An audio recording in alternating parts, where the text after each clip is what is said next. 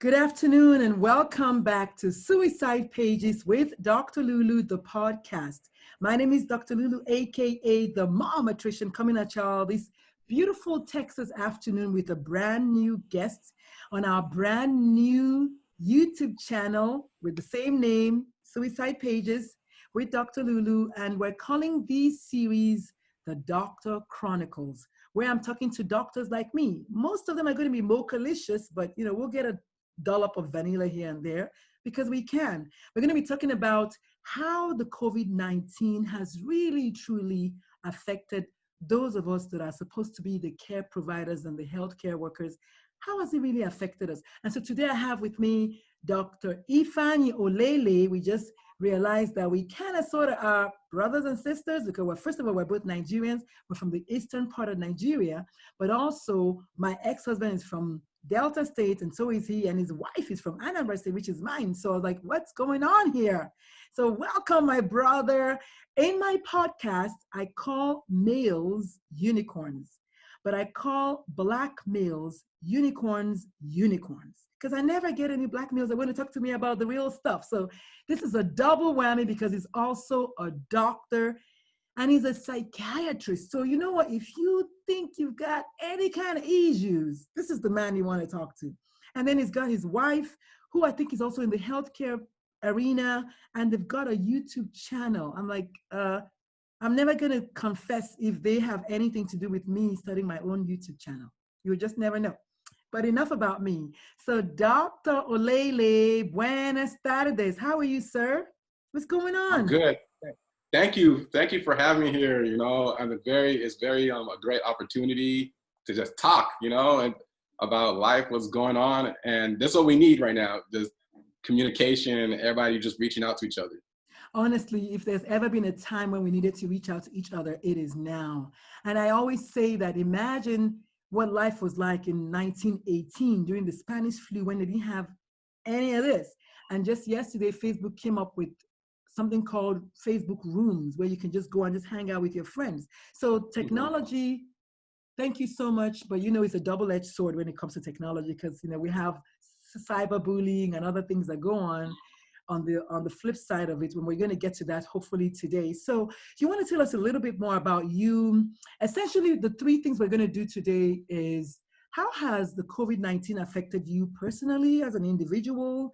How has it affected your family? And then, of course, your work. And then if we have more time, we can talk about mental illness and suicide. But I almost want to say that because it's Doctor's Chronicles, I want to save that for the next time you come on board, hint, hint, so you can talk to us about straight suicide. But today we just talk about you, yourself, and you, all three of y'all. So shoot. Yeah, so my name is Dr. Ifeanyi. I'm from Nigeria, but also I grew up in Southern California, Los Angeles. I received my bachelor, my BS in psychobiology from UCLA. Then I attended Hampton University, where I received a master's in medical science. And that's about the same time I met my wife. She was getting her pharmacy degree she was in pharmacy school at the time at Hampton University. Then I went to earn my Doctor of Osteopathic Medicine, my DO degree at the Philadelphia College of Osteopathic Medicine. And during that same time, I got an MBA from St. Joseph's University. Then in my training, I went to Larkin Community Hospital, where I was the chief psychiatry resident. And now, ever since I'm board certified now and practicing, I enjoy psychiatry. This is my life's calling, being involved in mental health.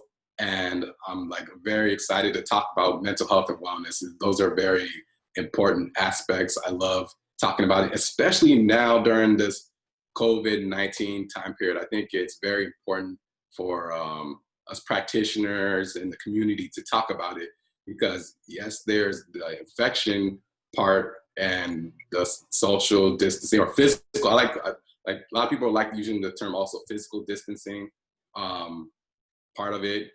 But then there's also the part that affects the mental health and our wellness. So.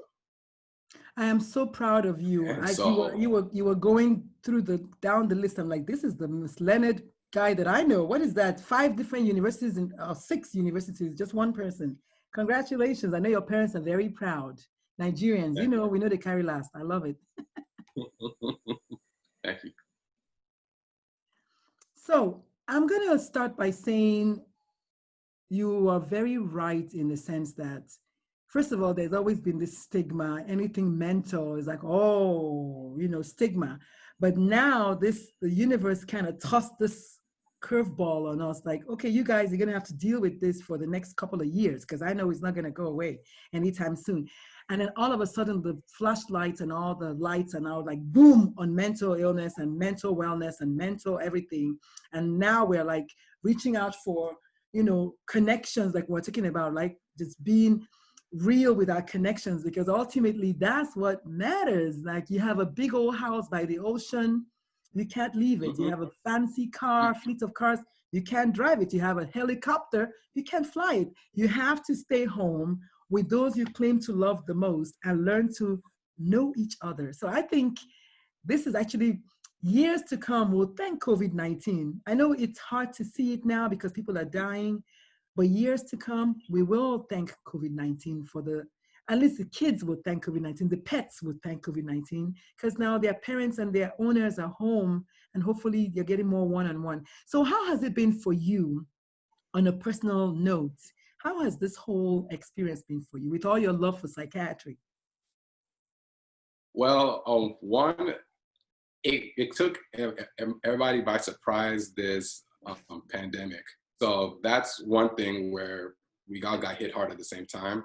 However, with the social distancing and physical distancing, I'm a natural introvert. I love being around people, but then I gain my energy a lot during my downtime.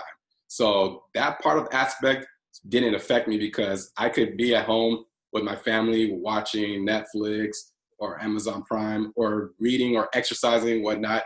So that aspect didn't affect me with that because I still able to connect people. But I gain a lot of my energy during like downtime, isolation. That's where I get boosted up. I've got a lot of energy now during this time period. However, being a part of my profession though, like it does, because we're built on that connection, meeting with people, getting to know people. That's where it's been sad, but luckily you said it like earlier. I'd rather us being during this pandemic during 2020 than like 1980 or 1985 or any time period, because we didn't have the technology equipping us to still run our businesses, meet people online like this, how we're meeting right now, or time to have entertain ourselves. Imagine this during like 1985 or 1990. You would go into Blockbuster so many times just to watch the same movies, whatnot, or all the movies running out. We don't have, there was only a limited amount of cable networks. So it's just, and everything was not on demand. So Exactly. so everybody may have been struggling during that time period. So it's during 2020, we're at least equipped technology-wise to handle all the restrictions. And I think it's also easy for us as humans because we're creatures of what do they say? Creatures of whatever. We don't like change. We're creatures of habit. We don't like change. We don't like anything new. Oh my goodness, what's gonna happen? And so we are not even looking back to saying, thank God we don't have those days when we had the long telephone where there was one phone in the house. You have to take it and pull it all the way to the bathroom to go and talk to your whoever, and that's it. And when the phone rings, everybody knows that there's a phone call. And then we have VHS. You have to go slide it into the. I mean, now you can watch a movie on your phone, on your watch, if you want to. It's like, we really have to thank God that this did not happen any other time. However, as humans, because we're naturally, or we should be adaptable. If this had happened in the 1918s, when it did happen, when the Spanish flu happened, people still survived. But like what they're saying now is not the physically strong or even the mentally strong that will survive. It's those most likely to adapt, because this is unknown to anyone. Like no one has ever, at least in living memory, has been through this before. People that were born in 1918, I don't know how old they are now, or majority of them are dead. So we're like the only people that have ever been through this. So we have to find ways to, maybe the first couple of weeks, oh my God, what happened? But after the first month, you shouldn't really still be saying, you know, oh, what am I going to do? We have to learn to adapt. And if you don't adapt and innovate and pivot, they're going to leave you behind. They're going to leave you behind. So talking about adapting, how has that affected your family? And I love what you said about being an introvert. My wife is an introvert, and she, like, she gets energy when she sleeps. I'm like, what? How? But I wake up like this. So it's like, okay, we're just definitely opposites of each other. But how has that affected your family, the COVID-19, the quarantine, physical distancing, social distancing? How has that affected your family? Well, we're all have to be at home, so we're not used to that, where everybody's in each other's space. But most importantly, is the kids being out of school. So that's why I personally thank all the teachers around the world, because I've always had a high respect for teachers, but it's went to the next level. And I feel teachers should get all pay raises, because the work they do with our kids is phenomenal. And for us, like as parents, juggling our regular work and then trying to teach the kids or help them watch the like Zoom recordings or maintain their class assignments, it could be a lot. And so initially when this started, I was like, how am I going to be balancing seeing my patients? Because that was easy for me. Like it was more balancing the schoolwork with and the homework. Because with our kids, I was like, you come around, you help them with their homework, but actually trying to make sure that they follow their lesson plans for the school, the remainder of the school year, be consistent with that. And for me personally, I have kids that are in preschool and first grade, so I have to deal with my kids cannot independently go on and do the logging in because they're younger. If they're like teenagers, they could handle it themselves and print out what they need to print out, follow the syllabus, what's going on. But me, I have to be extra hands-on with that. So I know I'm not in the minority with that. I know a lot of parents who I've spoken to are struggling with that too, or have struggled with that. Like you said, you have to adapt. So it took time. There was a learning curve with that, but we got a rhythm. And but mostly it's with the kids their boredom as well, doing being on the screen all the time, and also being bored. So you have to find fun ways to keep them motivated and entertained. I have to say you're probably the third person I've interviewed this way, but also the third person who has said the same thing. It was a little bit challenging at the beginning, and then you quickly had to regroup and just figure out, okay, what do we have to do? Who has to do what so that this will work? I, on the other hand, I haven't had to deal with that because two of my boys are in college. I mean, it's a different kind of dealing. Two of them are in college. One is at Stanford, supposed to be graduating in a month. Now I'm not going to be able to go and wear my gele and, show out as the mother of the day. And then the other one is a sophomore at Texas Tech. I mean, but I didn't have to follow them too much on their work because they have already known what to do. But my baby is in high school, and while he's extremely independent, and I miss being the whole mom, but I still had to say, did you do your homework? Yes, mom. Okay, are you sure? Yes, mom. And things like that. So I've had to also still put my eye in there. But I have to thank the universe for the fact that I'm in a different place as a parent. I don't have small children, but I don't know what I would have done. I had someone say their nanny, one of the doctors said her nanny moved in with them for the quarantine because she just didn't know what to do because, like you, she has smaller kids and full-time work. Dad has full-time work, and the nanny moved in. Well, what if you don't have a nanny? I mean, that's reality. What if you don't have a nanny? So, wow, that's interesting. But how have your kids benefited? I mean, yes, they had to. I mean, there's got to be some benefits. And I wouldn't call it boredom. Do kids ever get bored? Is that such a thing? Do kids ever get bored? I've ever.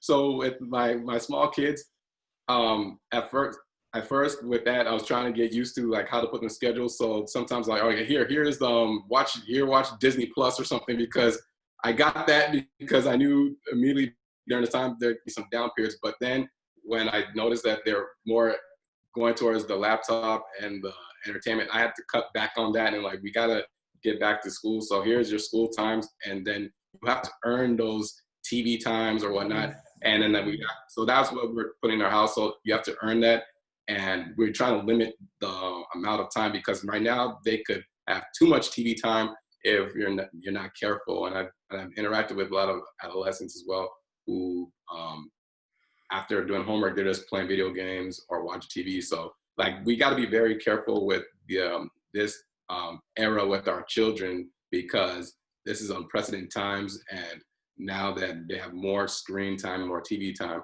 So in our household, we're trying to limit that, make sure that they're doing more physical activities. Like, for example, my daughter wakes up and exercises with my wife and I. So she does that with our trainer. So she works out with us. So just having her physical activity, and with our son and her, we want them to continue playing with their toys, stimulate their imagination and creativity, and on top of their schoolwork. But we do have to keep in mind about them doing the same things over and over again, that they can get bored. So we try to give them a little downtime, like, okay, here's a short window, you could watch a show, but you can't be watching it too much, because and also with the YouTube and all the craziness that goes on online, period, the dark web and all of this craziness, like, what is that? But those are real things. Those are real things that happen to real children. So you're right. I cannot overemphasize that. And I have adolescents, or at least young adults. So this is the struggle for me. 2 nights ago, I was like, what are you guys doing at 4 a.m. in the morning? Okay, Mom, we're going to bed right now. I'm like, what do you mean you're still up? And so last night I was like, listen, we're going to do it this way. And then you're going to go to bed. And I put the oldest, I said, okay, you are in charge. Make sure they go to bed at 1 o'clock. That's it. That's it. But I also, in some parenting groups that I'm in, I've asked the moms, and they're like, you know what? It's just so rough. They can't go to the park. They can't go they can't do anything. So it's like, we're just letting them do the video game. So then a mom said something about buying the blue glasses. And she actually gave me the link to somewhere you can buy blue glasses to help with the blue lights coming at you. And of course, the neck being bent all the time. I mean, it's potentially, there's going to be a lot of complications from that aspect down the line if the world doesn't come to an end, as the world as we know it doesn't come to an end. Wow. So what about work? How has it affected you at work as far as your patient flow and adaptation, probably maybe telemedicine? How has that affected you with all of this? Oh, yeah. With my own practice, I have the option of doing telehealth, and I've been doing telehealth for over a year. So it wasn't a big transition for me. I had a hybrid practice, and then also a medical director at 2 other clinics. But with my own practice, I had a hybrid practice before the COVID-19 pandemic, but after that, I just wanted to make everything virtual. So it was an easy transition for my patients in my practice to have that telehealth services. So what I do miss is that interaction of when the patients come in, you exchange pleasantries, talk with them, that human interaction. But we're here during this time, so the virtual appointments are useful. And I feel that the patients feel that it's very useful because of the fact that they could still see me, they could still make their regular appointments. I give them their time. So nothing, we haven't missed a beat or anything. It's just more, they can't come in physically to see me. Ironically, I work with suicidal teenagers in my practice, and I wasn't even like, I didn't want to hear anything. It was like straight to telemedicine, and it's been amazing. I know some people have struggled with it. I haven't. What I've discovered is my patients, because they're troubled teens anyway, it's actually working out better for us.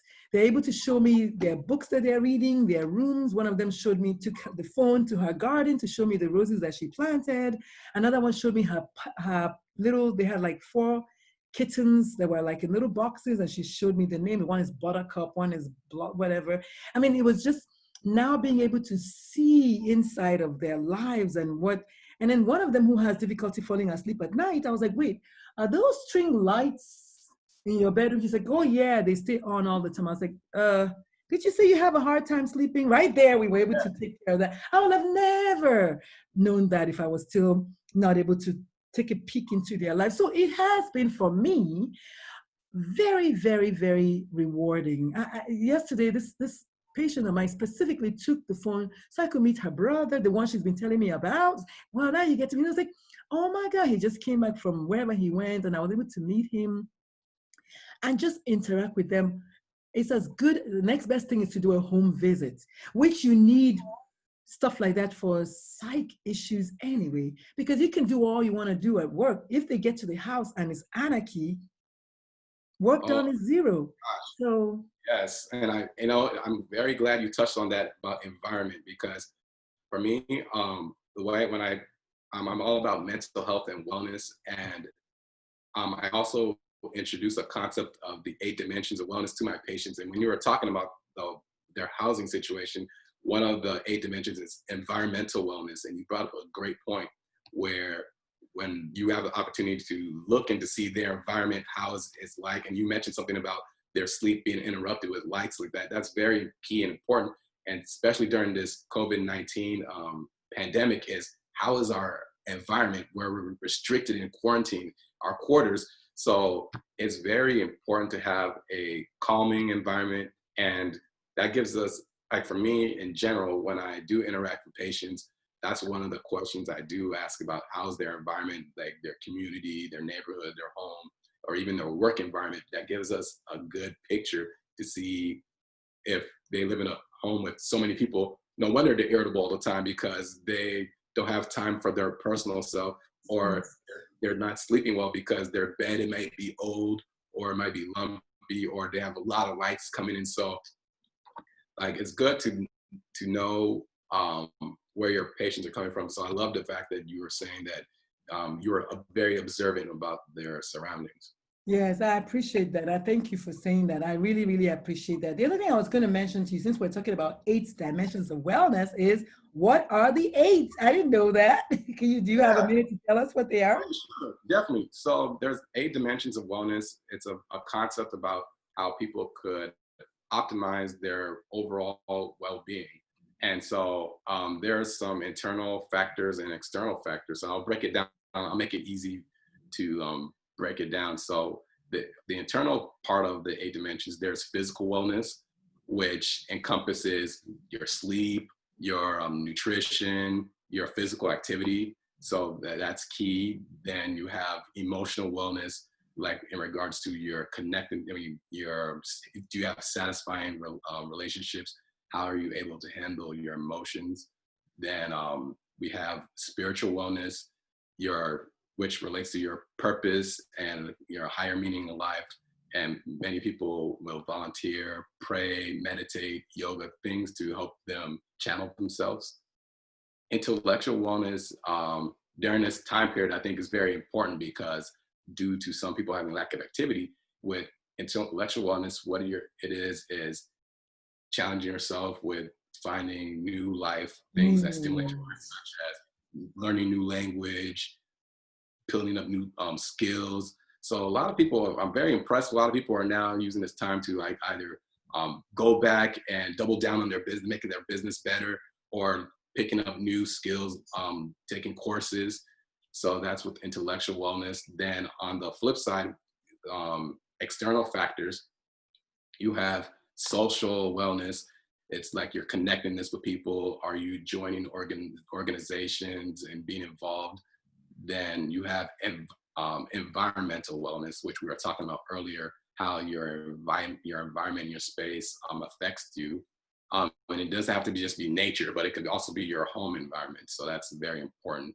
Then financial wellness, which I feel the whole world is affected by this right now, where it deals with budgeting, saving, managing, or finding multiple streams of income, or lack of income, how that affects you. So that does affect your wellness. So there's financial wellness. And then the last one I think is very important is occupational wellness. And this is how do you find your line of work satisfying. And where, like, for me, it's very important that with the mental health, I try to make it my own thing, and that's why I focus on mental health and wellness. And when I approach my patients, I come from that standpoint and see where they are in life. And I try to talk to them about that, especially with occupation. A lot of us, we spend a majority of our time at work than with our families. Remember, a lot of people say, I work my 9 to 5. And so they're work during that time period. And then they're usually taking traffic to get home. So a lot of people get home around 6, 7, and they're with their families for a short period of time. And then everybody's going to bed and they start the whole cycle again and go back to that 9 to 5 or whatever hours. Within us in the health profession, we have longer hours at times. So that's where occupational wellness is very key to focus on as well. Wow, that was awesomeness.com, because I went to med school, but I don't think I've ever heard the concept. If I have, I haven't accepted it to kind of let it settle in. But that definitely touches. Is this your personal thing, or is this something that you learned in school? Because I can't remember, but that touches on every single thing: physical, emotional, spiritual, intellectual.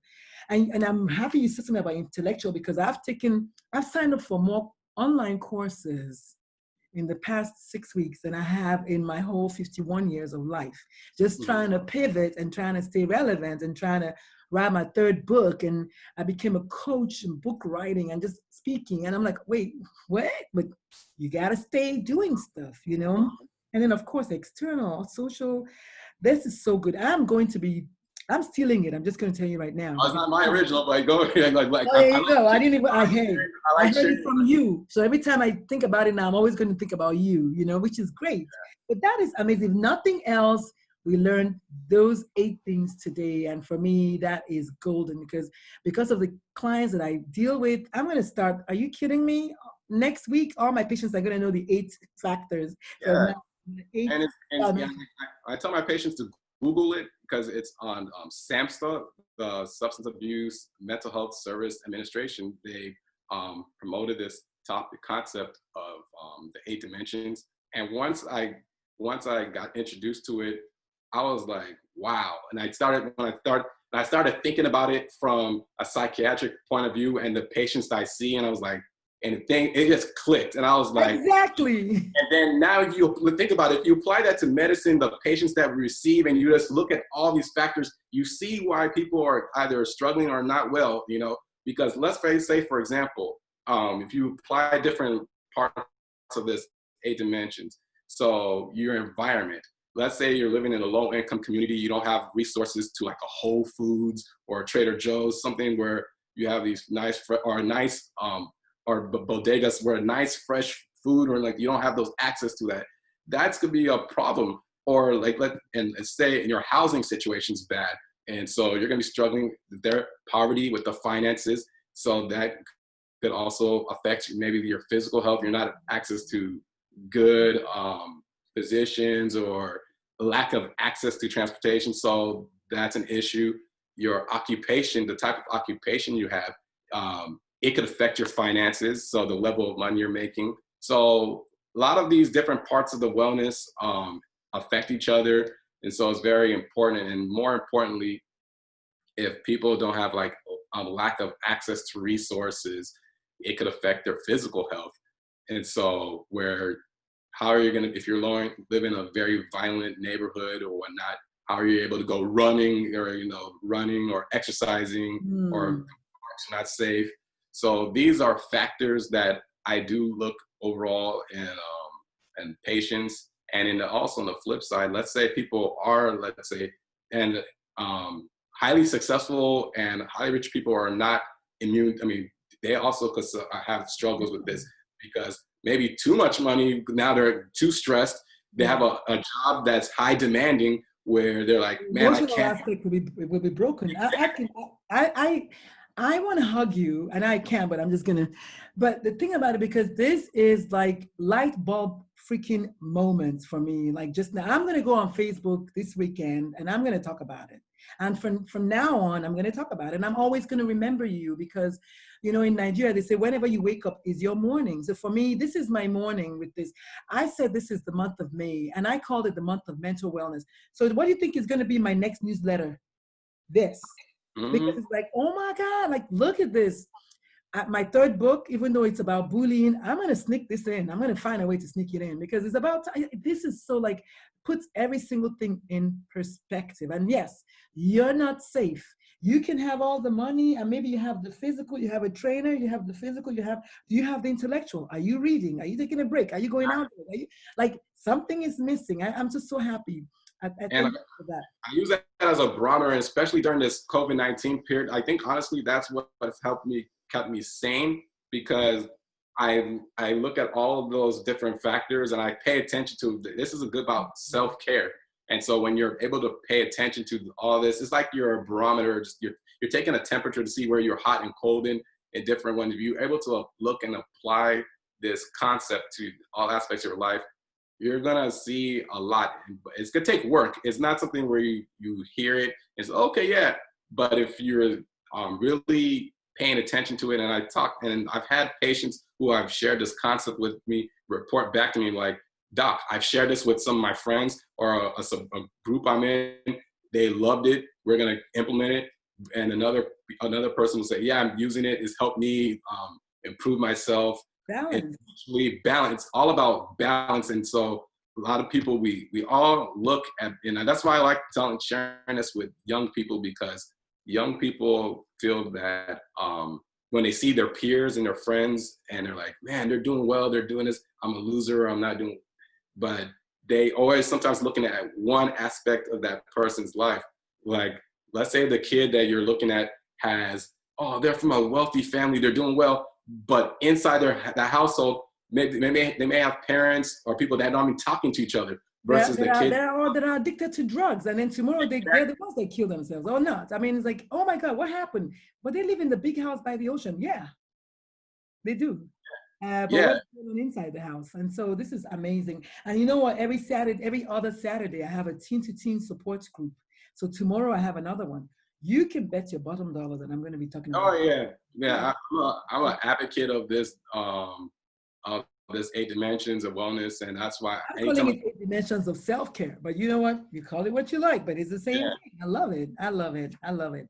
And you know, because it's only 8, it's not like it's 12 or 15. Like, what was the other one? And I like the way you put it, internal, external. So that breaks it down into bite-sized pieces. And that is just so cool. That's 8 weeks of class right there for me. This is 8 weeks of class. And because I do give talks on suicide prevention, this is it right here. Even though most people, and you know, that brings us, let's segue into the suicide prevention part. We might as well go there. So what are your thoughts about the physicians? Again, I want to keep this as close to Dr. Chronicles as possible.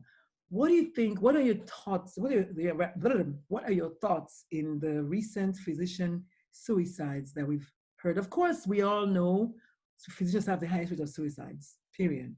And when you throw in residents and throw in medical students, we have the highest for sure. But what about the most recent ones? Do you have anything to say at all? If you don't have to, with regards to the physicians that have killed themselves during the COVID-19. Of course, going back to your top 8 now, I'm realizing that, or rather your 8 now, something was missing in those 8, you know. But what are your thoughts about it, since you're a doctor? Yeah, I mean, when that happened, every time you hear about a physician or healthcare worker dying by suicide, that hits close to home, because you're like, wow. And then you start thinking about, what about that support system? What was going on? And that's one of the things I think about. And it hurts, you know, because I feel like our healthcare community, our physician community, it's like this brotherhood, sister, this family where you all went through the trenches of medical school, residency. So you understand, like, regardless of specialty, you kind of have this connection, like you paid a price, you know, and that sacrifice. And so when you see your brother, your sister, and, you know, like die like that, it touches you. And but despite my training as a psychiatrist, where I am trained to handle this and take myself out of the situation, but from human to human, at the end of the day, we're human beings, and it hurts. but you want to be in a place where we could prevent it and educating. And that's why I'm glad we're having this conversation, because we get to talk about it. And I think that's one of the things that is not happening in our healthcare worker or physician community. We're not talking about it because we're supposed to be built tough. That's one of the things that we always, when we're training, is like, you have to be tough, be precise, be good decision makers, and we have no room for error. And we're like robots, and we are superheroes to our patients and other staff. But then it takes a toll on somebody when you're doing all of this, and then you come back home and you don't want to talk to anybody in your family. You just want to be to yourself because of all the stuff that was taking place either in the ER, the office, the hospital floors. And it just could be a lot for healthcare workers. It and is. and I don't want any I know it was yeah. tough, very tough. It is a lot. It's a whole lot. So what I mean, besides I keep saying top 8, besides the 8, which are just obvious now, what, do you have any, maybe 2 or 3 things you could say to a brother or a sister physician right now who is thinking about, ending it out this weekend because they've just had it? And this is what I always do. And this is when I do hear people, like, I always say, your life is beautiful. That's the first thing I want to say. And no matter how a person says, oh, it's not rosy right now, I'm stressed, I have loans, I have poor physician ratings or whatnot, whatever the negatives are, I want everybody to know your life is beautiful.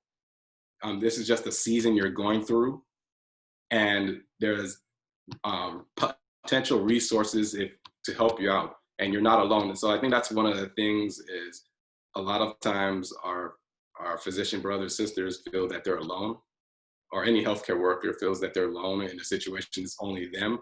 But just us that are not going through it, but able to be in there, listen, and saying just the phrase saying, I got your back, or I'm here for you, I think that goes a long way. So that's one. And then 2, clinics, facilities, organizations, make it available for your healthcare workers to know that you got their back, and not just saying, oh yeah, we got your back, you got a promotion, we're paying you, but more like, okay, here's some time, maybe group therapy for time to vent.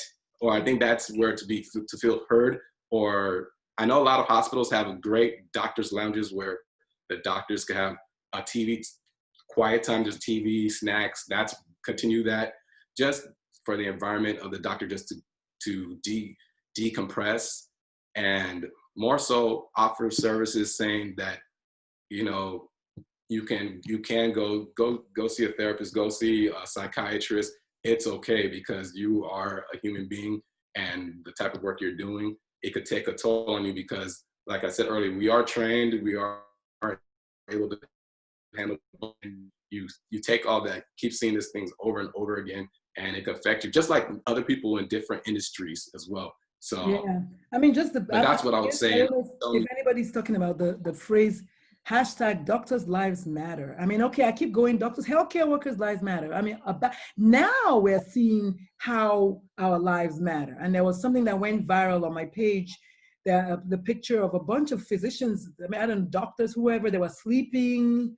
There was a picture that said, this year, I don't want to see any Hollywood Oscars going to actors. I don't want to see any, I wanted to go to healthcare workers, because now we're seeing that we really do matter. And I just wish we ourselves will see ourselves as needed to live.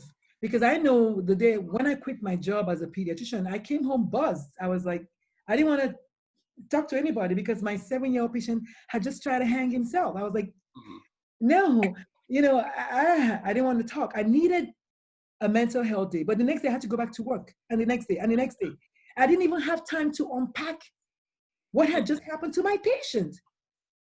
And when my patient did indeed kill himself way, way, way back when I owned my own practice, I was in solo practice.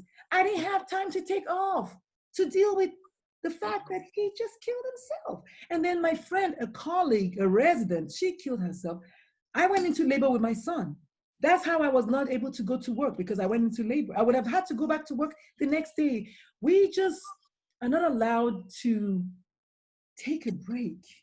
And so hopefully this 6 weeks or however number of weeks of quarantine some of us have been able to maybe just watch Netflix if you want to watch Netflix. Watch 90 Day Fiance, which I think is the most ridiculous show ever.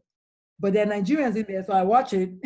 Just watch TV if you just do what you gotta do to survive, Yeah. Wow.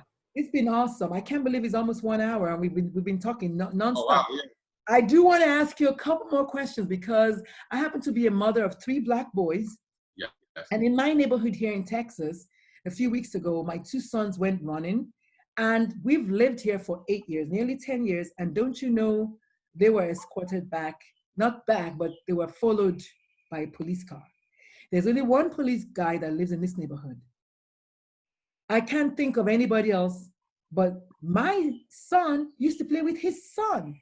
Was it the police guy? We don't know. They didn't stop to ask because it's like they were too happy to come home and I was too happy to see them home.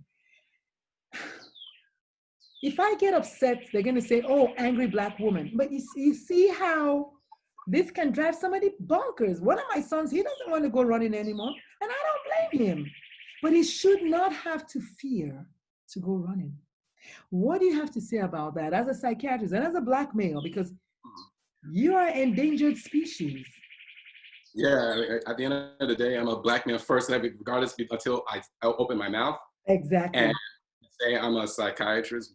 But what I have to say is it's tough because you would, as a person, you would think in 2020 that that we won't have to experience it because we have media. The world is very small now because through social media, technology, you can't say, oh, I don't know I don't know what's going on in another world because you can watch the news, pick up your. So it's just like exposure. Like, why is it still happening? But it's painful. But we, as always, like they always tell us, we always got to be excellent and make sure. But times people are I'm tired of being excellent because we're still gonna get hurt. And so that's why I feel it's definitely what I always say is continue exposure. I think that's one of the best things. Like people that are scared of not knowing other people is exposure, being introduced to other cultures, learning about that, because the more exposure you have to, the more your prejudices and discrimination towards other groups lessen. Then two, if you see something, say something. So I feel like it's important that people that are like, for example, with black males being in these targeted incidents, if other people, other races or other cultures see this, they talk about this and also verbalize it being wrong, because I think it's important when something is not happening to your group. It's not cool to be silent when not, but just also lend an ear, hear what's going on, and if you see something, verbalize it as well. Because I think that's very powerful, where if it's not just only the Black community talking about these issues, but also other communities saying this is wrong, because then when we start supporting each other's communities, I think problems like this don't cease. And then with the police officers, one thing I wanted to say is that they're, the police officers that do this, I think is good for their communities to also police them, because there are also phenomenal cops are in this community that, you know, do everything for the community. They know people. So I think that's one thing too, is police officers that to be integrated in the community, motivate the kids in the community so they can look up to them, be partners in the community. So where the community trusts the police officer's judgment, because in my community where I'm at, there's respect for the police officers, because the police officers are at our church. They're at our church services, watching the flow of it. So people see the police officer, they say hello, because they know that police officer is part of the community, and they know that the police officer has their best interest. And if we did a crime, we're like, oh yeah, you did a crime, so but at least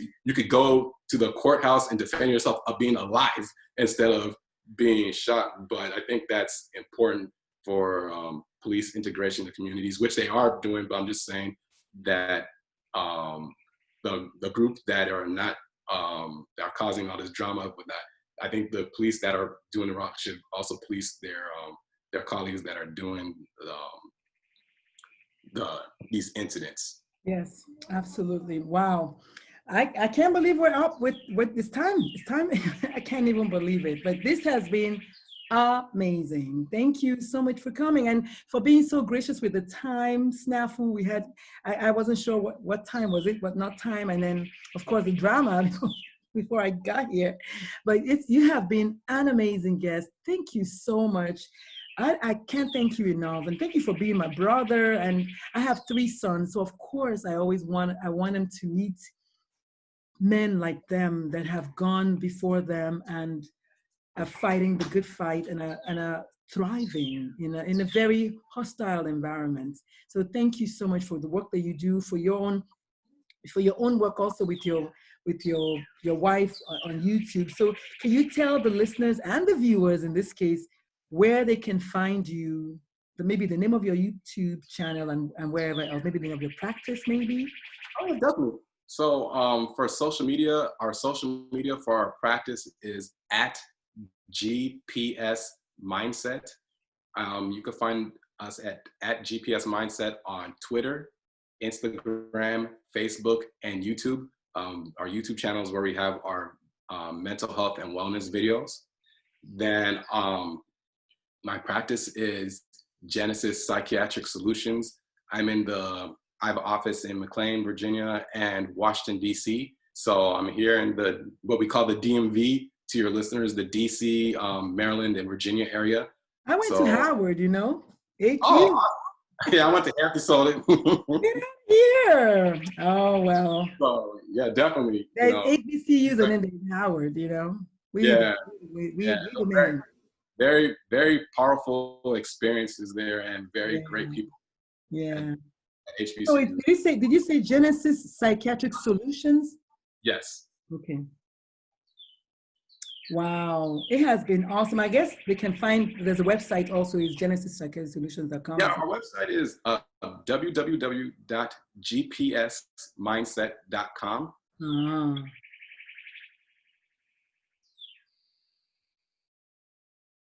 Ironically, I saw that on your YouTube channel. I was like, what's GPS? I didn't know it was Genesis Psychiatric Solutions. So that's cool. Okay, very, very nice.